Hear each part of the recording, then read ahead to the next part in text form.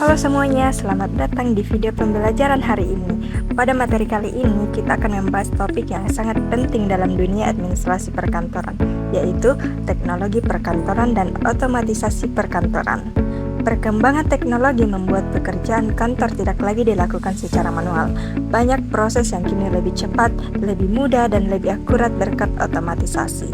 Mari kita pahami satu persatu secara runtut dalam video ini.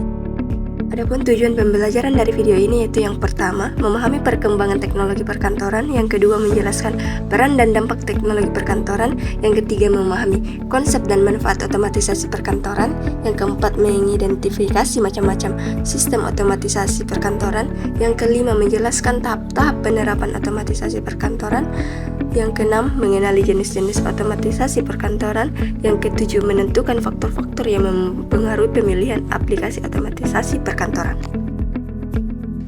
Apa itu teknologi perkantoran? Teknologi perkantoran berasal dari dua kata, yaitu teknologi dan perkantoran. Pada dasarnya, teknologi perkantoran mencakup seluruh alat, mesin, dan sistem yang digunakan untuk mendukung pekerjaan administratif seperti mencatat, mengetik, surat menyurat, pengarsipan, hingga pengolahan dokumen. Dengan adanya teknologi perkantoran ini, pekerjaan yang awalnya memakan waktu yang lama kini bisa dikerjakan jauh lebih cepat, lebih efisien, dan dengan tingkat akurasi yang lebih tinggi. Informasi yang dihasilkan juga menjadi lebih ringkas, lebih tepat, serta tersedia dalam waktu yang dibutuhkan. Terdapat dampak positif dan negatif teknologi perkantoran. Dampak positifnya yaitu, yang pertama, pekerjaan lebih cepat dan efisien. Artinya, teknologi membantu mempercepat proses kerja yang biasanya dilakukan secara manual. Dengan adanya alat atau aplikasi, waktu pengerjaan menjadi lebih singkat dan hasilnya lebih maksimal. Yang kedua, akurasi meningkat dan kesalahan berkurang. Sistem digital membuat proses pencatatan, perhitungan, dan pengolahan data menjadi lebih tepat. Kesalahan manusia atau human error dapat diminimalisasi karena banyak proses yang dilakukan secara otomatis. Yang ketiga, komunikasi dan koordinasi lebih mudah.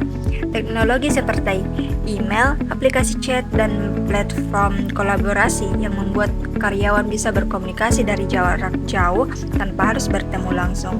Yang keempat, penyimpanan data lebih aman dan praktis. Data dapat disimpan secara digital, baik di komputer maupun cloud. Hal ini membuat informasi lebih terorganisasi dan lebih aman dari kerusakan fisik seperti hilang atau terbakar. Yang kelima, produktivitas karyawan meningkat. Dengan adanya teknologi, pekerjaan rutin dapat diselesaikan dengan cepat sehingga karyawan bisa fokus pada tugas-tugas yang lebih penting.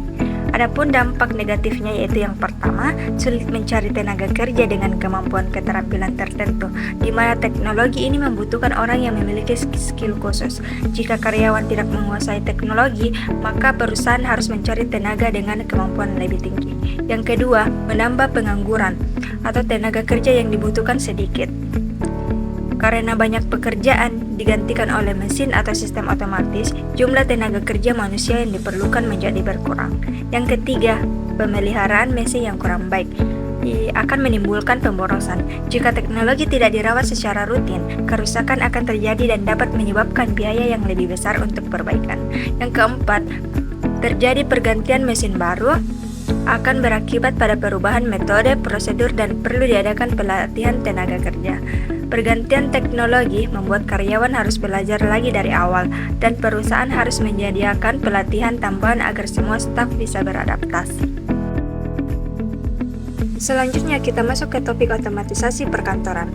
Apa itu otomatisasi perkantoran? Otomatisasi perkantoran pada dasarnya adalah sebuah rencana atau upaya untuk menggabungkan teknologi tinggi ke dalam proses pekerjaan kantor sehari-hari. Jadi, bukan hanya menambahkan alat atau aplikasi saja, tetapi lebih pada bagaimana teknologi itu bisa memperbaiki cara kerja kita. Tujuannya adalah untuk meningkatkan produktivitas pekerjaan, sehingga tugas-tugas kantor dapat dilakukan lebih cepat, lebih efisien, dan tentunya lebih akurat. Dengan otomatisasi ini, pekerjaan rutin yang biasanya memakan waktu lama bisa dibantu oleh sistem, sehingga karyawan dapat fokus pada pekerjaan yang lebih penting. Ada beberapa manfaat otomatisasi perkantoran. Yang pertama, efisiensi kerja meningkat. Sistem mampu mengerjakan tugas-tugas rutin dengan cepat seperti pengolahan data atau pengarsipan. Kemudian yang kedua, otomatisasi dapat mengurangi kesalahan atau human error. Karena banyak proses yang dilakukan secara otomatis, maka risiko salah hitung atau salah input jadi lebih kecil. Yang ketiga, komunikasi menjadi jauh lebih cepat melalui email, pesan instan, dan sistem informasi.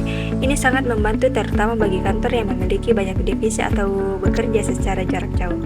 Tidak hanya itu, proses pengarsipan dan pencarian data juga menjadi lebih mudah karena dilakukan secara digital. Kita bisa mencari dokumen hanya dengan beberapa klik saja.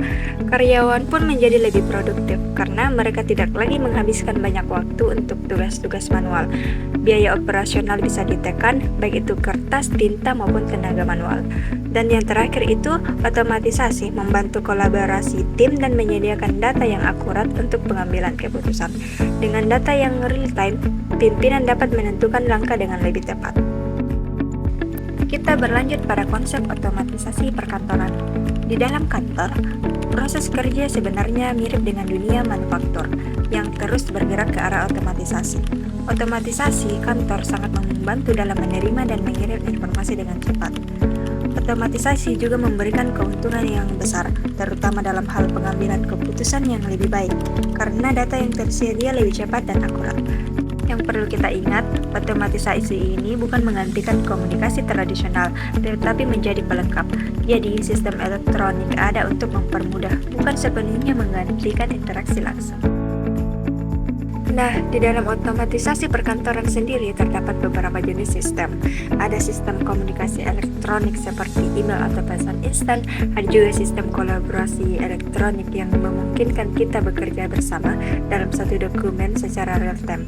Kemudian terdapat sistem publikasi dan pengolahan image elektronik, sistem pengolahan kantor, hingga sistem elektronik formal maupun informal.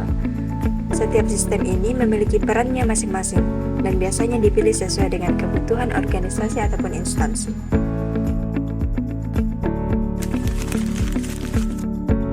Jika kantor ingin menerapkan otomatisasi, prosesnya tidak bisa langsung begitu saja.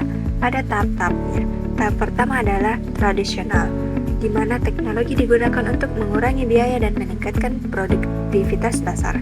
Tahap berikutnya adalah transisional, yaitu ketika organisasi mulai menggunakan proses data secara elektronik dan memakai aplikasi untuk pengarsipan.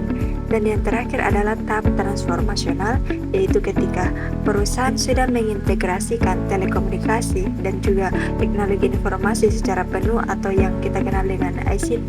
Di tahap ini, pola kerja kantor berubah secara signifikan. Untuk tujuannya sendiri, otomatisasi kantor ini bertujuan meminimalkan biaya, membantu pemecahan masalah kelompok, serta memperbaharui proses kerja yang ada di kantor. Otomatisasi bukan dibuat untuk menggantikan peran manusia, tetapi menjadi pelengkap agar proses pekerjaan bisa berjalan lebih efektif dan efisien. Pada akhirnya, teknologi dan manusia bekerja sama agar hasilnya lebih maksimal. Berikutnya adalah jenis-jenis otomatisasi perkantoran. Ini mencakup banyak hal seperti word processing, email, voice email, electronic calendaring, hingga konferensi audio dan video. Ada juga fax, image storage, desktop publishing, dan berbagai sistem komunikasi lainnya. Semuanya mendukung pekerjaan kantor agar lebih cepat dan lebih modern. Jenis-jenis ini mungkin terlihat sederhana, tetapi sebenarnya mereka adalah bagian penting dari aktivitas administratif dalam sehari-hari. Faktor-faktor yang memengaruhi pilihan aplikasi otomatisasi perkantoran. Yang pertama adalah jenis organisasi. Misalnya, perusahaan kecil dengan satu lokasi mungkin tidak membutuhkan video conference. Yang kedua adalah preferensi pribadi manajer. Ada manajer yang lebih suka tatap muka dan ada juga yang lebih suka komunikasi elektronik. Dan yang terakhir adalah ketersediaan sumber daya. Perusahaan tentu hanya dapat menggunakan teknologi sesuai dengan kemampuan finansial dan fasilitas yang ada.